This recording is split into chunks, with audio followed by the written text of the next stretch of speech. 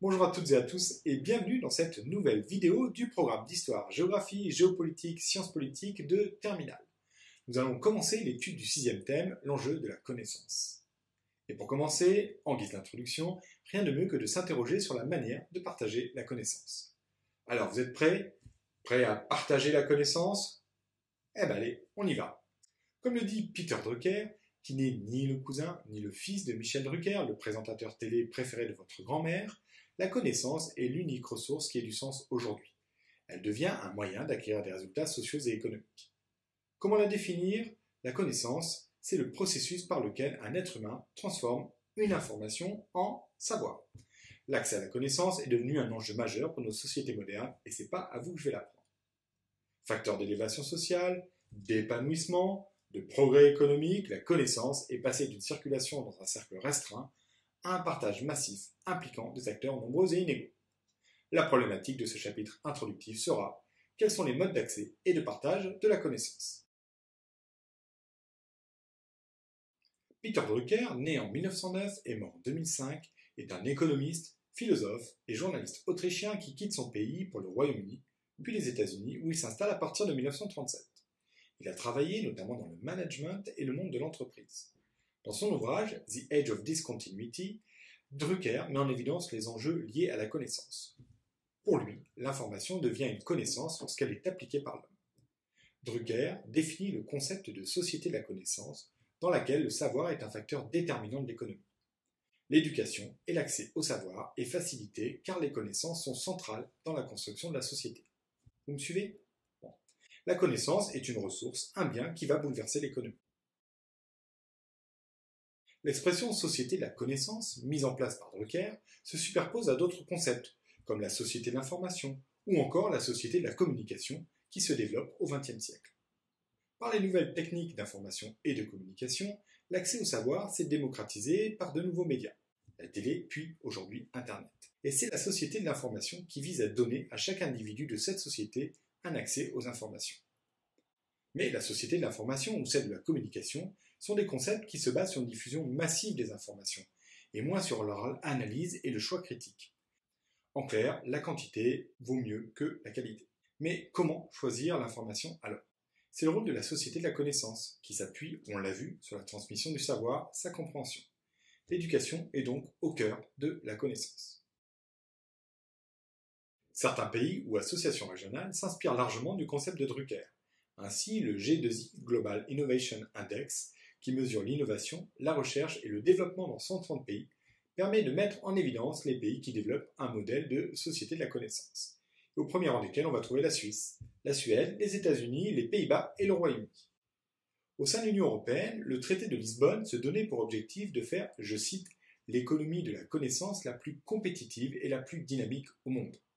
Voilà, si tous les objectifs ne sont pas atteints, des programmes majeurs, comme notamment le programme européen Erasmus, témoignent de cette volonté de diffuser la connaissance. Toutefois, pour certains sociologues, la société de la connaissance est un concept qui accroît les inégalités à différentes échelles.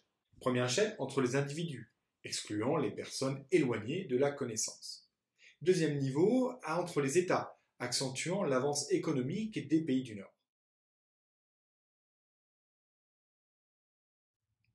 Le XVIIe siècle voit l'apparition dans les grandes puissances des premières académies savantes.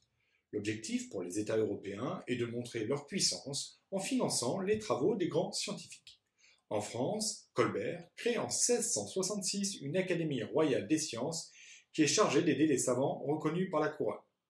Pour les autres, bah tant pis, il reste la Manche. Bon, plus sérieusement, au XVIIIe siècle, dans le cadre du mouvement des Lumières, que vous connaissez tous, les connaissances se diffusent et se partagent dans l'Europe entière.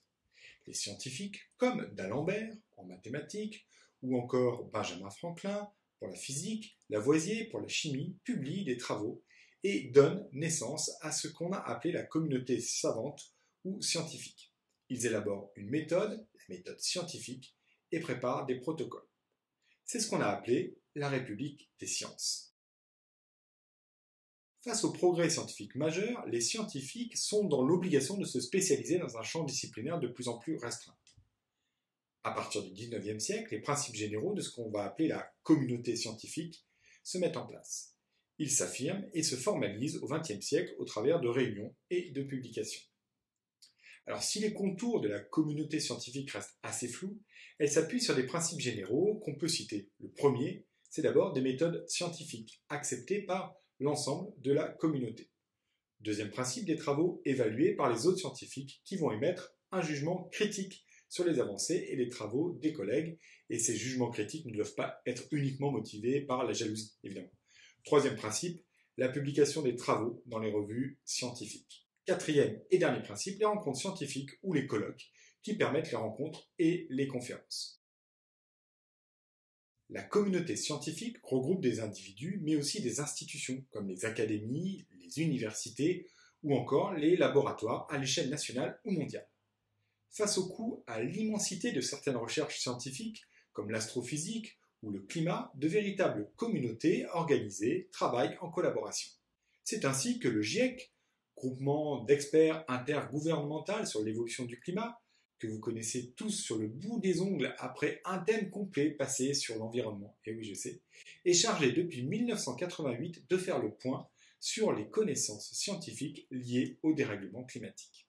Cependant, certaines recherches scientifiques stratégiques restent secrètes et ne sont surtout pas partagées. C'est le cas par exemple des brevets scientifiques qui ont protégé les vaccins permettant de lutter contre le Covid-19, qui, contrairement aux souhaits de certains États, n'ont pas été transmis à l'ensemble de la communauté scientifique. La transmission des savoirs et des connaissances se fait au moyen de nombreux acteurs.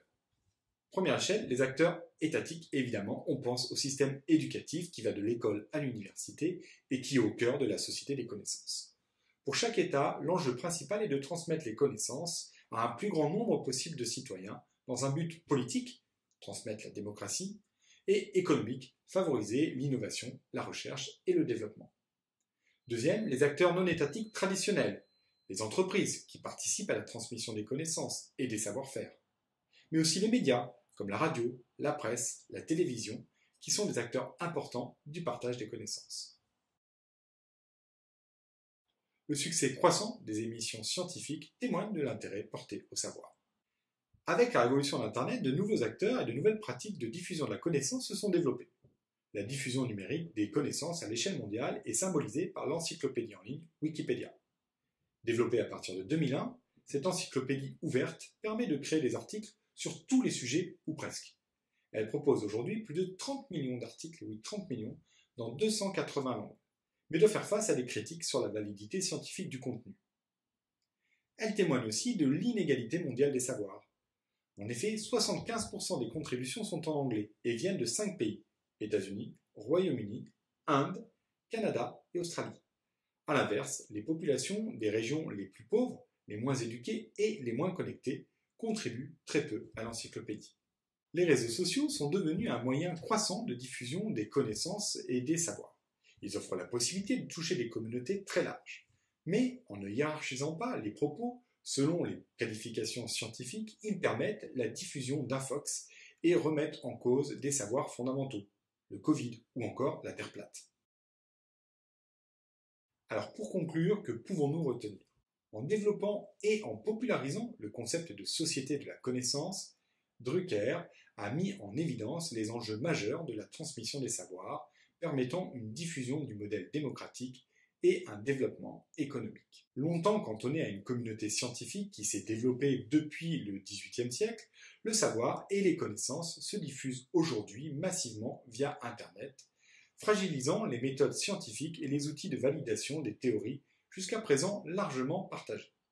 Si l'accès à la connaissance a longtemps été un problème majeur, il a été supplanté dans de nombreuses sociétés par celui de la maîtrise de la connaissance, d'une connaissance valide et de qualité. Et voilà, nous en avons donc terminé avec cette rapide introduction qui, je l'espère, vous aura permis de comprendre et de définir le concept de connaissance et surtout sa diffusion. Si vous avez des questions, n'hésitez pas, comme d'habitude, à me les poser. Vous pouvez retrouver l'ensemble de mon cours au format PDF ou MP3 sur mon blog histoiregéoenvideo.fr. Il ne me reste plus qu'à vous souhaiter de passer une bonne fin de journée, une bonne fin de nuit, une bonne fin de tout ce que vous voulez, et je vous dis à très bientôt.